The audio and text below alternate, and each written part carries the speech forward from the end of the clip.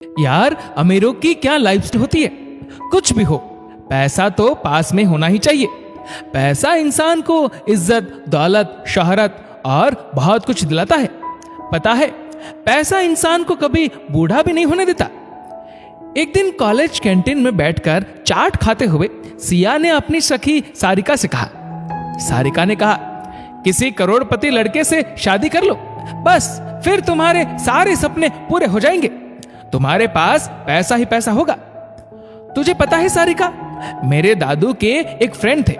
वे दादू को अक्सर कहते थे, देखना सोहनलाल, तुम्हारी इस लाडली की शादी किसी करोड़पति लड़के से ही होगी। काश उनकी बात सही निकल जाए। सारिका ने कहा, कहां है तुम्हारे दादू के वो फ्रेंड? उनसे मेरे बारे में भी पूछ लो जरा। कहां से पूछ लूं? अब तो न दादू रहे ना दादू के फ्रेंड। सारिका ने कहा, अगर उनकी बात सही निकल गई सिया, फिर तो तुम्हारे क्या ठाठ बाट होंगे। मैं तो सोच सोच कर ही रोमांचित हो रही हूं। मेरे घर के हालात देखते हुए तो कोई लखपति ही मिल जाए तो भी बड़ी बात होगी। जब मैं माँ से ये बात करती हूँ ना सारिका, तो माँ कहती है, सपने भी अपनी चादर की साइज देखकर देखने चाहिए सिया, ज्यादा उड़ो मत और अपनी एजुकेशन और करियर बनाने पर ध्यान दो। उदासी के साथ सिया बोली। सारिका ने कहा, सिया, ये बात तो आंटी सही कहती है। शिक्षा और आत्मनिर्भरता हर लड़की के लिए जरूरी है। जब जहां शादी होनी होगी हो जाएगी। अभी तो तुम्हें अपनी पढ़ाई और करियर पर ही ध्यान देना चाहिए। आज माँ, पापा और सारिका की बातें कितनी सच साबित हो रही है। सोचते सोचते सिया अतीत में चली गई। माँ, आप मुझे सपने देखने से नहीं रोक सकती हो। सपने देखने में चादर का क्या रोल? जितने चाहे सपने देखो, जितना चाहे उड़ो सिया। सपनों की उड़ान पर कोई पाबंदी नहीं है, पर अपनी पढ़ाई और परसेंटेज पर ध्यान दो। भविष्य इसी से बनेगा। सिया के पापा बोले, परसेंटेज का क्या करना है? कौन सी मुझे नौकरी करनी है पापा? असल में बचपन में जो बात सिया के दादू के फ्रेंड उसे देखते हुए अक्सर कहते थे, उस बात को सिया सच मान बैठी थी। सिया के पापा प्राइमरी स्कूल में अध्यापक थे। हालांकि माँ पापा की जिद पर उसने MBA की डिग्री तो हासिल कर ली। एक दिन खुली आंखों से देखा, सिया का सपना सच हुआ। अपनी एक फ्रेंड की शादी में सुमित ने उसे डांस करते देखा और उस पर अपना दिल हार बैठा।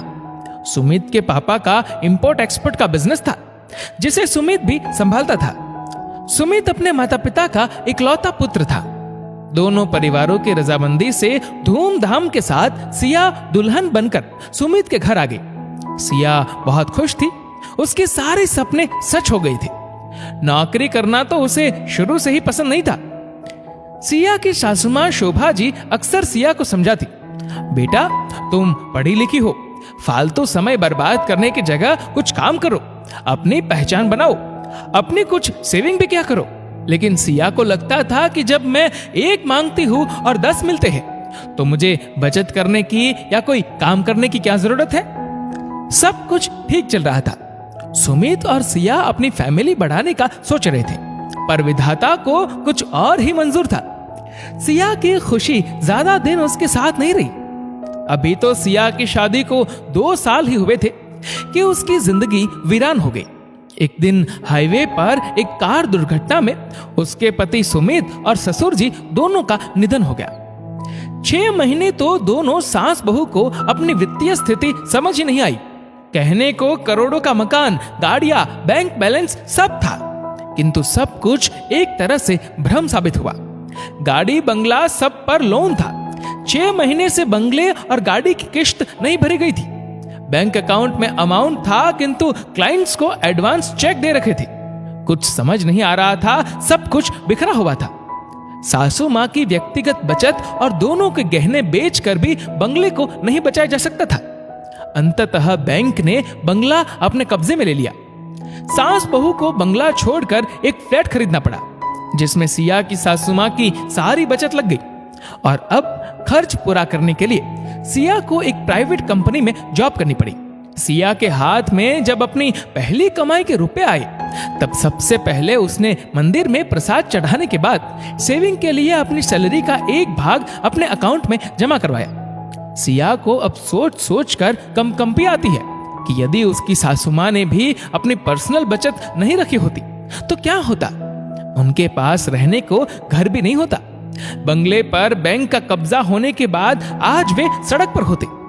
सासू माँ की आवाज से उसकी तंद्रा भंग हुई, जो उसकी माँ से फोन पर बात करते हुए कह रही थी, विधि के लिखे को कौन टाल सकता है बहन जी, जो होना था वह हो गया।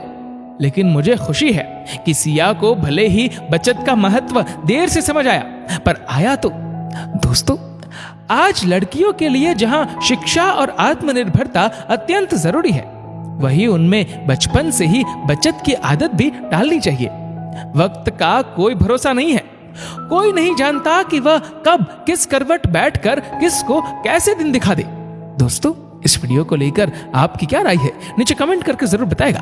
और अगर आपको वीडियो अच्छा लगा हो तो इस वीडियो को लाइक करेगा, शेयर करेगा ज्यादा से ज्यादा लोगों तक। और ऐसे ही और भी इंस्पिरेशनल वीडियोस के लिए सब्सक्राइब करें हमारे यूट्यूब चैनल को और फेसबुक पर फॉलो करें हमारे पेज को। धन्यवाद।